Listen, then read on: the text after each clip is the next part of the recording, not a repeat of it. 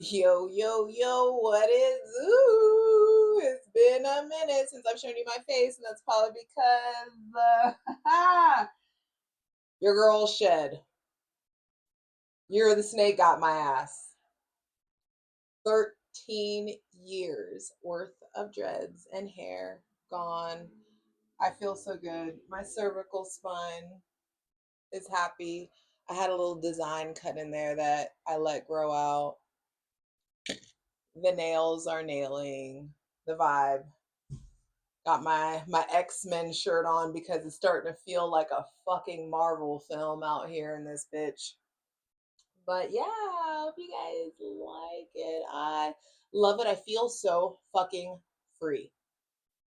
And that's what I feel like this Aquarius season is really ushering in. Aquarius season she's always been a rebellious girly. She's always been a freedom queen.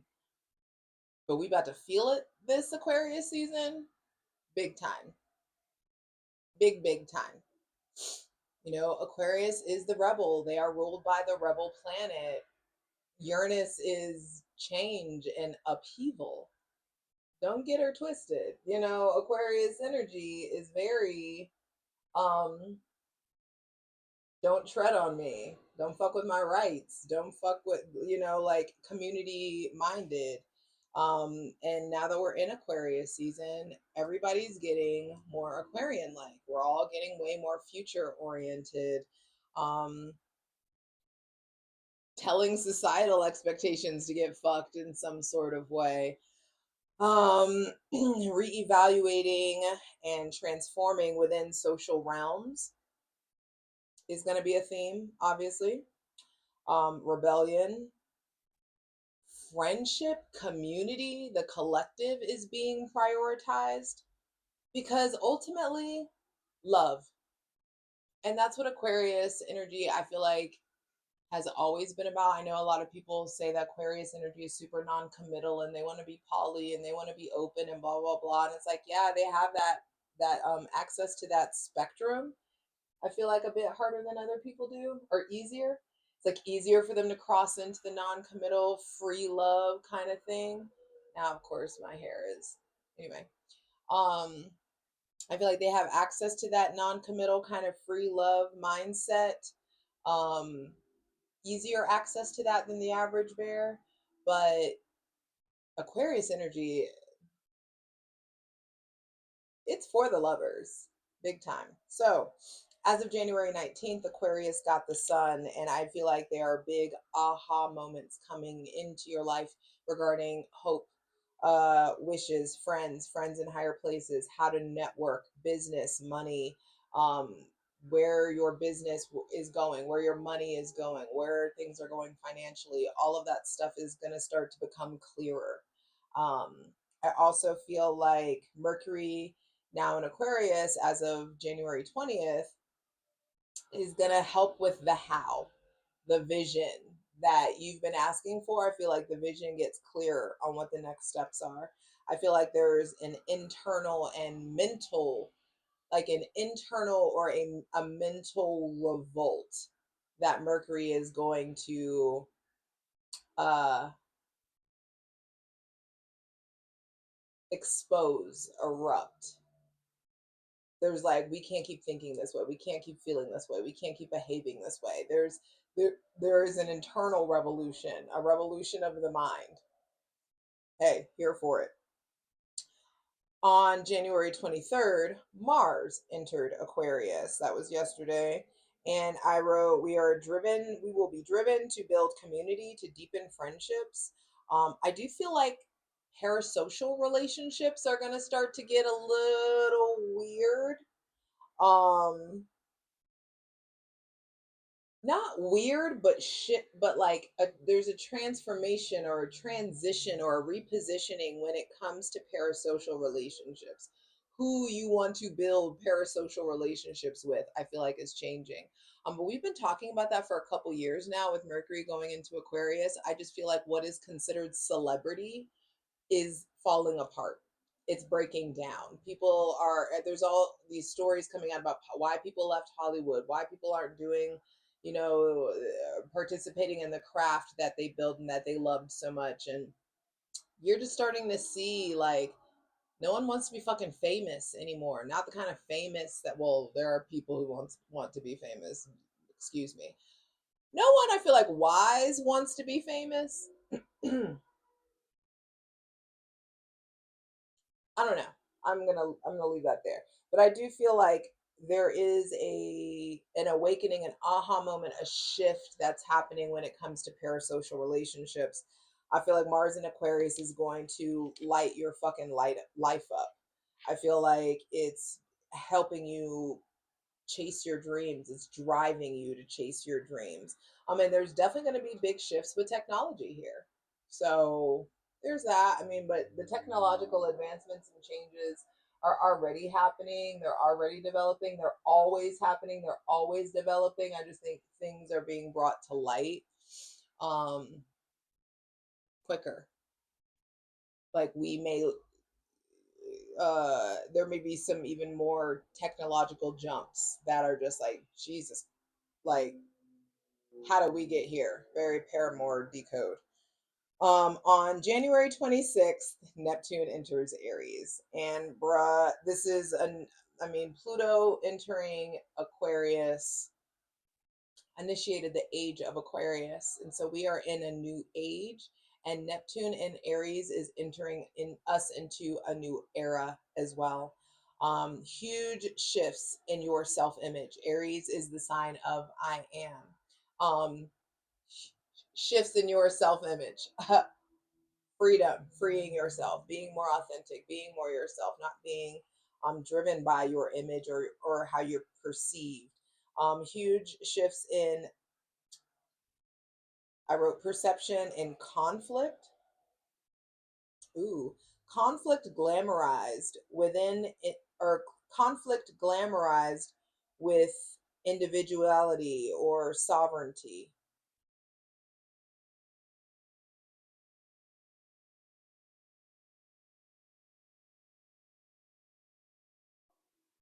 Conflict may get glamorized. It may be like, ooh, let me fight for this. Let me fight. It's like glamorized to fight for your independence, for your sovereignty. Um, that could be collective. That could be protests. That could, but I feel like this is an internal thing, a very interpersonal thing. Um, there's some sort of glamorization that's going to happen when it comes to like Neptune glamorizes the attributes of whatever sign it's in, which is why we've had the spiritual awakening with Neptune and Pisces. Now, Neptune in Aries is going to glamorize Aries traits. I'm going to do a separate reading on this, but I do just want to put y'all on game that I think that conflict will be glamorized. Being combative is glamorized. Protesting, being a warrior, being blowing the whistle, really like standing up and doing the right thing, because that's one thing I will say about Aries specifically, especially Aries women and like evolved Aries men. um Respect, integrity is super important to Aries energy. Like being authentic and being respectful and being somebody that carries themselves with a high levels of integrity is important to Aries energy. And so, yeah, we like to fight, but it's rarely just for, there's always a cause. I feel like where Aquarius energy can be a rebel without a cause, Aries energy is a rebel with a cause, a warrior with a cause. Like they have a reason, they're fighting or pursuing or changing. So I just do feel like, we understand that the last time that Neptune was in Aries was during the American Civil War.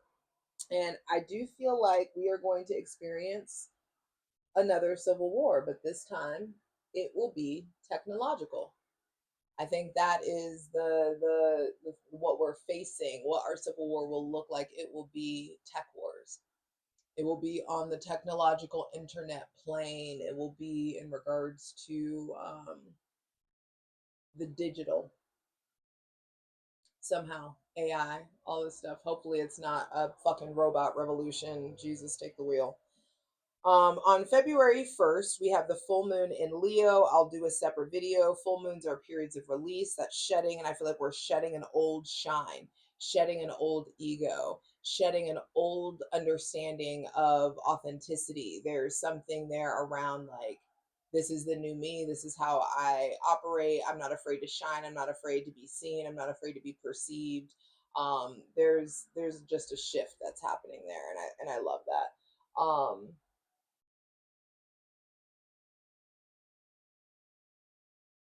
What I really want to say is like a conveyance,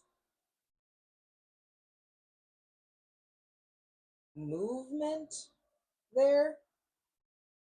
On February 3rd, Uranus will be going direct in Taurus. And I'm going to do a separate video on that too. But Uranus is revolution, Uranus is change, Uranus is upheaval.